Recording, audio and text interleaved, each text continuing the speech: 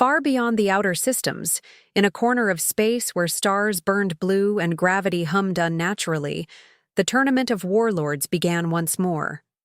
Held on the ancient battleground of Gorak Prime, the tournament was not just a test of strength, it was a declaration of dominance. Every 10 cycles, the galaxy's strongest empires sent their fiercest champions to fight in the dust-choked arenas, watched by trillions across the stars. The event was soaked in history and blood, a place where legends rose and fell, and where the weak were forgotten before their bodies cooled. This cycle, however, felt different.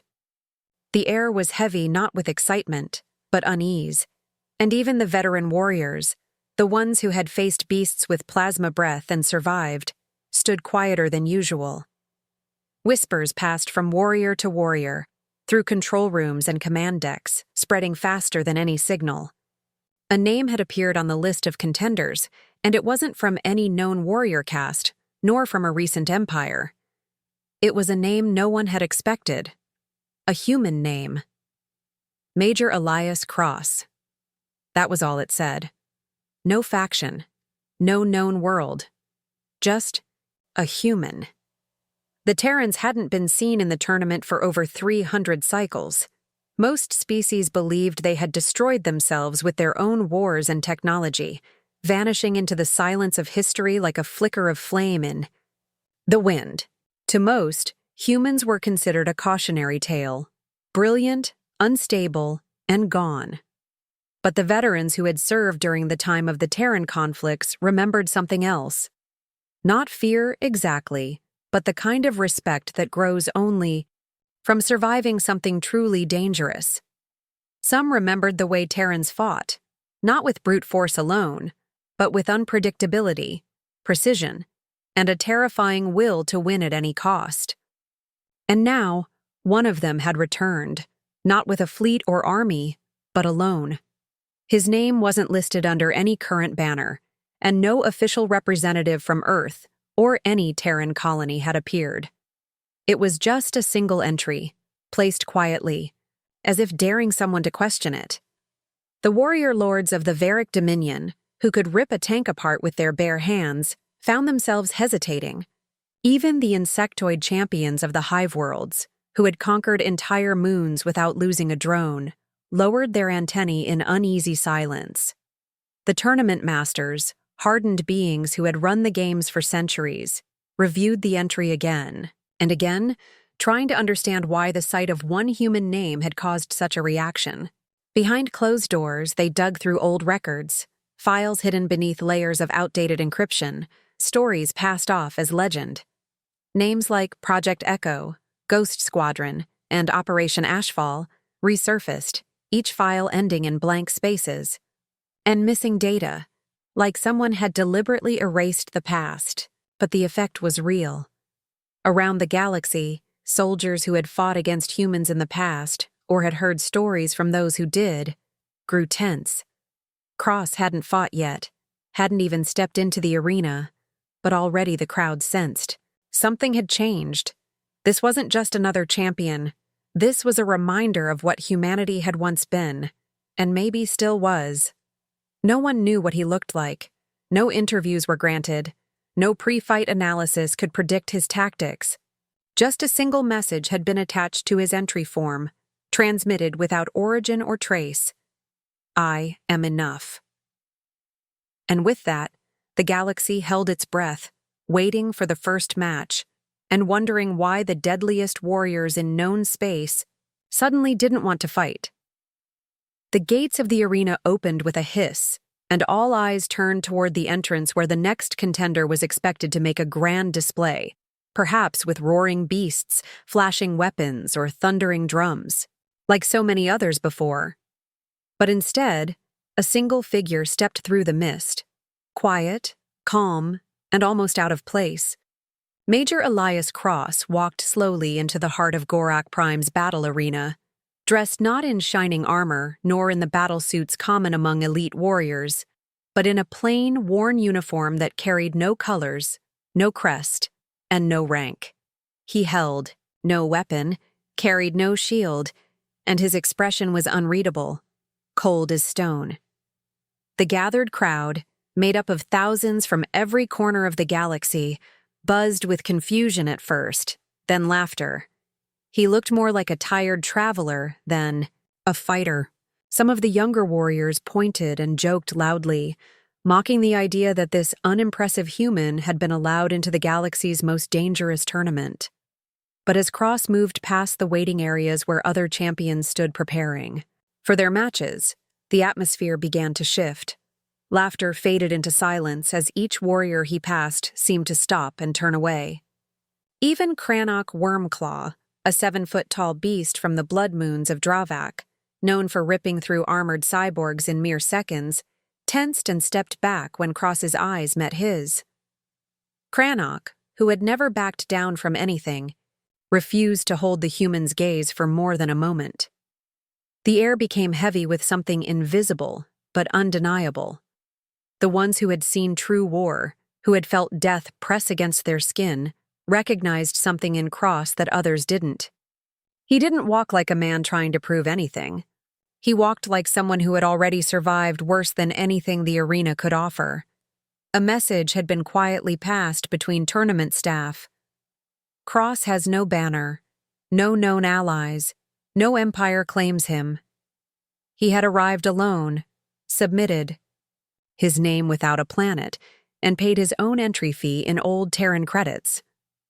Some believed it was a joke, but others remembered the rumors from long ago, about Terran soldiers who were trained not just to fight, but to think ahead of their enemies, to break them before the first blow was even struck. Now, standing in the arena's preparation zone, Cross simply waited, hands behind his back, watching the massive display screen as the announcer's voice echoed across the Coliseum. The first match of the day was announced, and as protocol demanded, the new contender, Cross, was called to stand ready. Then the call went out for a challenger. Silence. Seconds passed. The announcer repeated the request. Still, no one moved. Some of the warriors shifted uncomfortably, looking at one another, waiting for someone else to step forward. No one did. In a tournament known for its brutal pride and relentless bloodlust, where warriors once fought to the death for the mere honor of combat, not a single fighter volunteered to face the human. The audience murmured in confusion, unsure if this was hesitation or part of some strategy. But those close to the fighters saw the truth. They were afraid, and they didn't know why. Cross said nothing.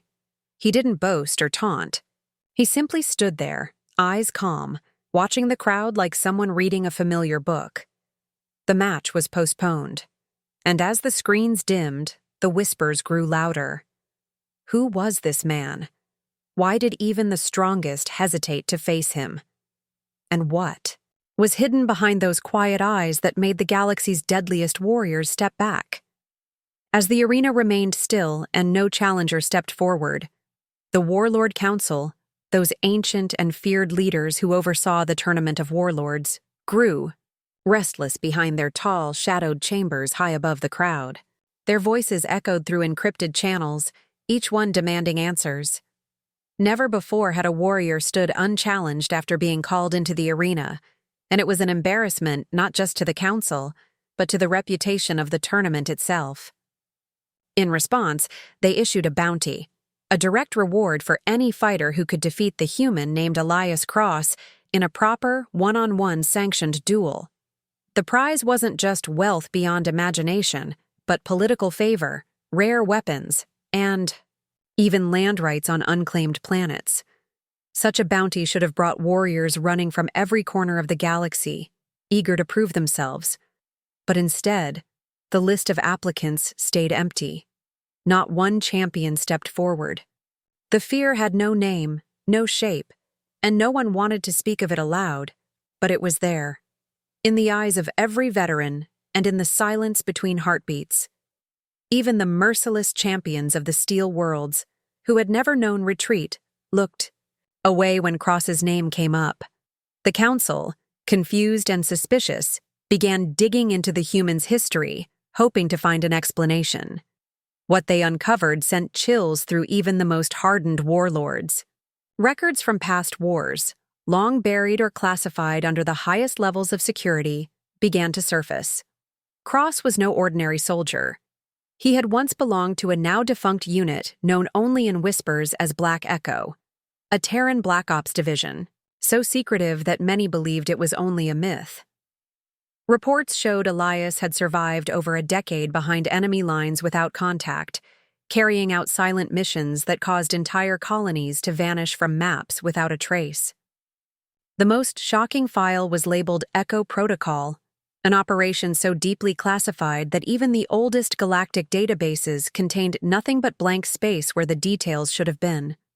Only a few broken lines remained. One-man insertion. Total collapse of enemy network. Psychological override confirmed. Mission irreversible. The Council stared at those words, unsure of what exactly had taken place, but certain it was nothing short of terrifying. And now that man stood in their tournament, not as a war machine or as a show of military power, but alone, silent, and completely unfazed. Flashbacks began spreading through private comms among old generals and commanders, memories of battlefield defeats where no army had been seen, only aftermaths, entire squads breaking down from panic after receiving false orders, internal conflicts suddenly erupting in well-defended bases. They realized that what made Elias Cross dangerous wasn't just his strength or training, it was his ability to study and dismantle systems from within. He understood fear, strategy, and weakness in ways no warrior ever had.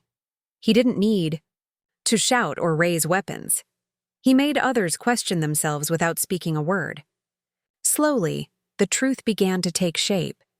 This wasn't a test of physical power. It was a message. A reminder of what humanity once unleashed when pushed too far. And even though the Terrans had vanished from galactic politics for centuries, one thing they had left behind was now standing in the heart of the greatest battlefield known to the stars. As the sun dipped behind the spires of Gorak Prime, and the crowds buzzed with confusion and unanswered questions, one thing became clear to all who were watching. Elias Cross was not just a man with no banner.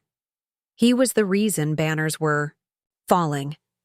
The arena's silence was finally broken when a deep metallic roar echoed through the halls, shaking the very stone beneath the spectators' feet. The name was announced with thunder. General Vurak of the Warforged Dominion, a genetically engineered juggernaut known across dozens of systems as the Unbeaten Beast. Vurak had crushed champions under his fists, torn through war droids like paper, and his armor, carved from living alloys, was said to regenerate mid-battle. Towering above most, with red glowing eyes and cables wrapped around his limbs like muscle, he was the kind of opponent stories were written about in fear. As he stepped into the arena, the crowd roared, hopeful that someone had finally answered the unspoken challenge. Vurak didn't come to entertain doubts. He marched in to destroy, calling out Elias Cross with venom in his voice. He mocked the Terran's silence, his lack of armor, his empty hands. He declared that once he was finished, he'd mount the human's bones on his warship as a reminder that the age of Terran myth was long over. But Cross didn't respond. He didn't blink or flinch. He simply stepped forward, calm and silent as always, his eyes fixed on Vurak. Not in fear, but in complete analysis, like a man reading an old map. The match was signaled. The crowd stood. Vurak charged. What happened next unfolded so quickly that many spectators had to replay the footage in slow motion just to understand it. As Vurak's massive fist swung through the air, Cross sidestepped, not wildly, but with perfect timing, and delivered a strike directly into a small joint in Vurak's knee. It looked simple, even unimpressive, but the result was instant. The beast stumbled. Another hit followed, this time to the base of his neck, then to a power node just beneath his shoulder. In less than 10 seconds, the towering warrior was on one knee, his armor sparking, one arm limp, unable to move properly. He swung wildly, roaring in frustration, but Cross stayed just out of reach, never wasting energy, never reacting to the noise, always moving like he had already seen the fight before it began. And perhaps he had. Within 30 seconds, Vurak was on the ground, breathing heavily, unable to lift his limbs. Cross stood above him, untouched, and simply turned away. He didn't taunt. He didn't celebrate. He just walked toward the arena gate as if nothing important had happened. Medical teams rushed in, unsure of what injuries had been inflicted because there were no visible wounds, just total internal collapse of Vurak's combat systems. His neural link scrambled, and his motor functions temporarily disabled. But the worst damage wasn't to his body. It was to his pride. As the silence returned and all eyes fell on the broken warrior, Vurak was handed the arena mic. He didn't roar this time. He didn't insult his opponent. Instead, he spoke slowly, his voice shaking not from pain, but from something else entirely. He knew me before the fight began, he said, his eyes distant. He studied me, broke me like a puzzle. And with those words, a chill moved through the crowd. This wasn't brute strength. This wasn't luck. Elias Cross had dismantled a living weapon in less than a minute, not by overpowering him, but by understanding him. Warriors from all over the galaxy, many still waiting for their matches, began to quietly rethink their plans. If General Vurak, undefeated and enhanced, could be undone so quickly by a human with no armor and no weapons, then what chance did they have? Cross had proved something far more frightening than skill. He had shown the power of knowing your enemy before the battle even begins. After the shocking defeat of General Vurak, the Warlord Council found itself trapped in a storm of questions it could no longer ignore. The arena's silence had become more dangerous than its noise, and whispers about Elias Cross had spread far beyond Gorak Prime. Curious and concerned, the Council ordered a full investigation into the human's past, pulling data from restricted archives, blacklisted war logs, and files hidden beneath layers of forgotten military codes. What they uncovered sent a wave of quiet panic through the highest ranks. Among the uncovered data was a sealed operation codenamed Ashfall, a campaign so deeply buried that only fragments of its existence remained in most records. But now, piece by piece, the truth began to surface. Operation Ashfall was not just a mission. It was a planetary collapse. Nearly 200 years ago, a powerful rebel world had risen in defiance against multiple galactic factions. Armies were sent and failed. Fleets burned, resistance spread. And then, without warning, the entire rebellion fell. No massive invasion, no large-scale battle. Just sudden, total silence.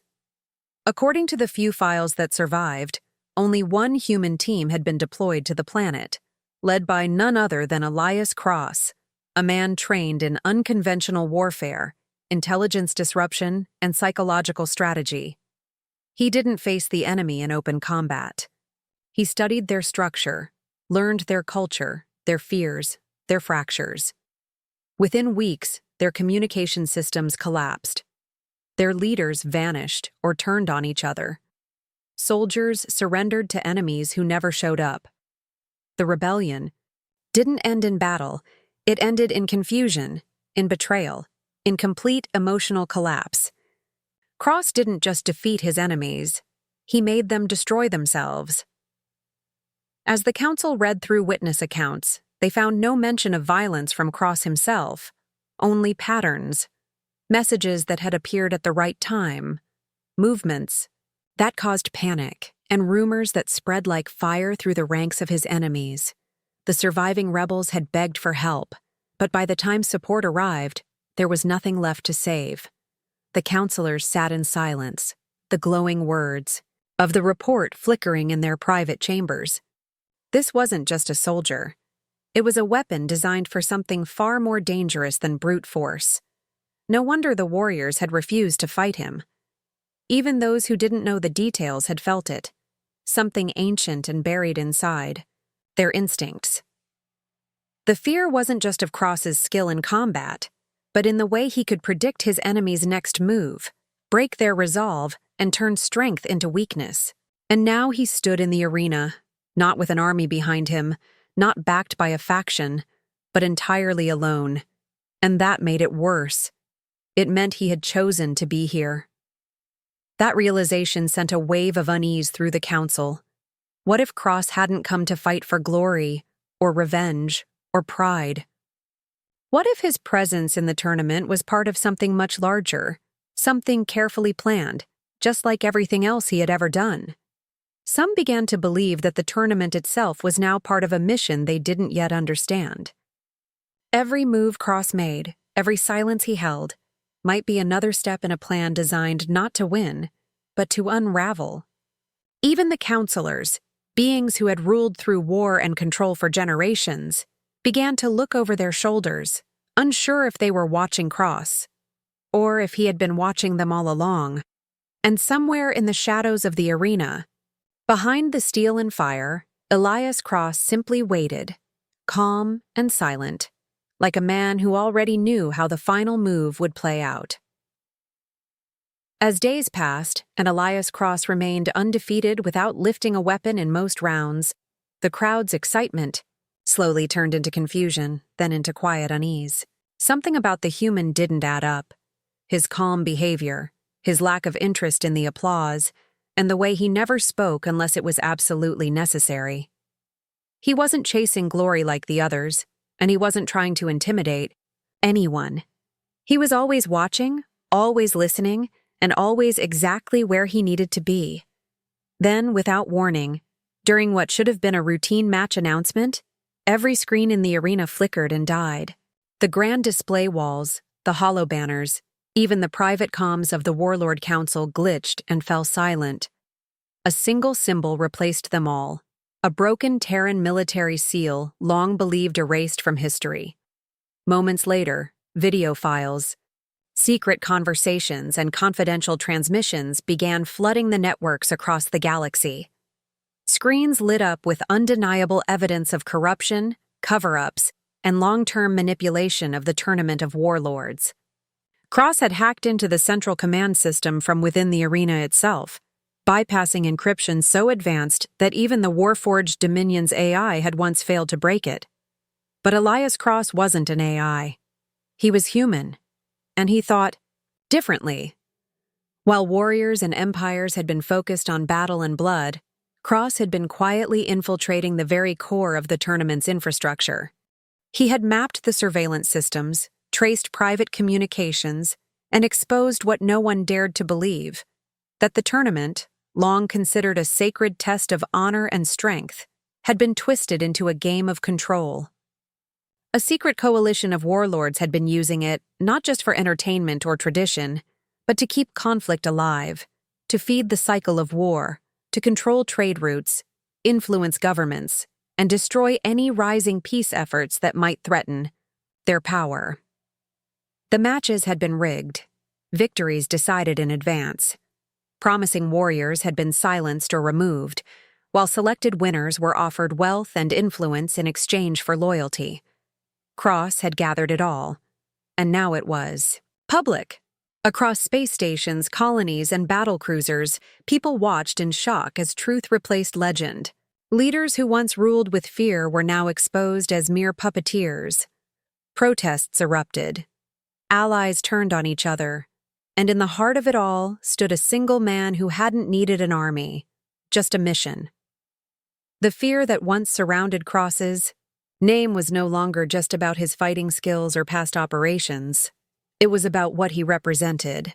He had become a symbol of human unpredictability, a force that no system could model, no plan could contain. He had entered a battlefield built for violence and had brought it to its knees with strategy, patience, and intelligence. What truly terrified the warlords wasn't that Cross could kill, but that he could change the entire game without ever playing by their rules. Even now, as the tournament dissolved into chaos and political leaders scrambled to distance themselves from the scandal, Cross remained calm. He had not come for revenge or recognition. He had come to end something, and now that it was done, he didn't wait for praise. Somewhere in the control tower, A final transmission was logged, marked only by the same old symbol and a few simple words. You never understood the war, so you kept playing with it. I ended it. And just like that, the galaxy saw that the most dangerous human wasn't one who fought with weapons, but one who knew when to put them down and attack the idea instead. In the days that followed the reveal, the galaxy trembled, not from weapons or warships, but from the fallout of truth. The Warlord Council, once untouchable and feared, began to collapse under the weight of their own secrets. Empires that had stood united through bloodshed turned on each other, pointing fingers and scrambling to salvage their reputations. Some tried to deny the evidence, others fled into exile, but the damage was done. Across systems and colonies, there was outrage, betrayal, and, most surprising of all, a growing hunger for peace. Leaders who had once fed the fires of battle were forced to reconsider their positions as public unrest swelled. In quiet meetings and emergency broadcasts, a new peace coalition began to form, not out of hope, but out of necessity. These leaders didn't trust the Terrans, not fully. In truth, they feared them more than ever. But they couldn't ignore the impact one man had made. Elias Cross had shown them a mirror they didn't want to look into. He had dismantled their games without raising his voice, and the echo of his actions rang louder than any war cry. While the galaxy scrambled to catch its breath, Cross was already gone. No fanfare, no broadcast, no farewell. His quarters were found empty, and his ship, a sleek, unregistered Terran design, vanished from orbit without a trace. The only thing he left behind was a simple data log transmitted directly to the Council's now-disabled command hub. The message read, "You called me to fight. I came to end your war games. Next time, send someone smarter." It wasn't a threat, just a fact. A quiet reminder that he hadn't come to entertain or to destroy, but to teach. And in that one final message, the galaxy was left with a lesson it wouldn't forget. Across the stars, soldiers, rulers, and civilians alike began speaking of him not as a warrior, but as a turning point. He became something more than a legend. He became a warning. Children on mining moons whispered his name like a ghost story, and veterans of old wars stared silently at the stars, remembering the chill they felt when Cross looked at them. Not out of rage, but out of calculation. He had changed everything by doing what no one expected. He didn't fight to win. He fought to end the game, and he did it alone. The question on every government's lips was the same. How many more like him are out there? No one could say. Humanity, long thought gone or weakened, had shown that it didn't need fleets or colonies to make its mark. It only needed one, man with a mission. And in that moment, every species, every empire, every council remembered what they had tried so hard to forget, that when humans fight, they don't play by your rules. They rewrite them. Somewhere in the dark corners of space, Elias Cross moved in silence, leaving only echoes behind. Not the kind made by weapons, but by truth. The kind that never stops ringing. And long after the arena was empty and the banners had fallen, one truth remained. Humanity didn't need armies. They only needed one.